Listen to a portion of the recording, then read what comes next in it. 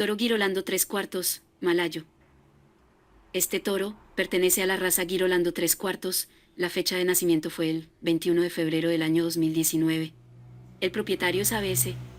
El padre es Picaltado Seret, hija Isahilles PFIV, da Zapetúa. Como abuelos paternos tiene a Weker Supersire, Josuperet y Tejenacedu del Doremiet. Como abuelos maternos a Desujilles Piet y Masira FIV. Este toro transmite a su descendencia beta-caseína 2A2. Rendimiento: la raza Girolando es considerada la raza más versátil del mundo tropical. Las hembras son productoras de leche por excelencia. Poseen características fisiológicas y morfológicas perfectas para la producción en el trópico, con un rendimiento muy satisfactorio económicamente.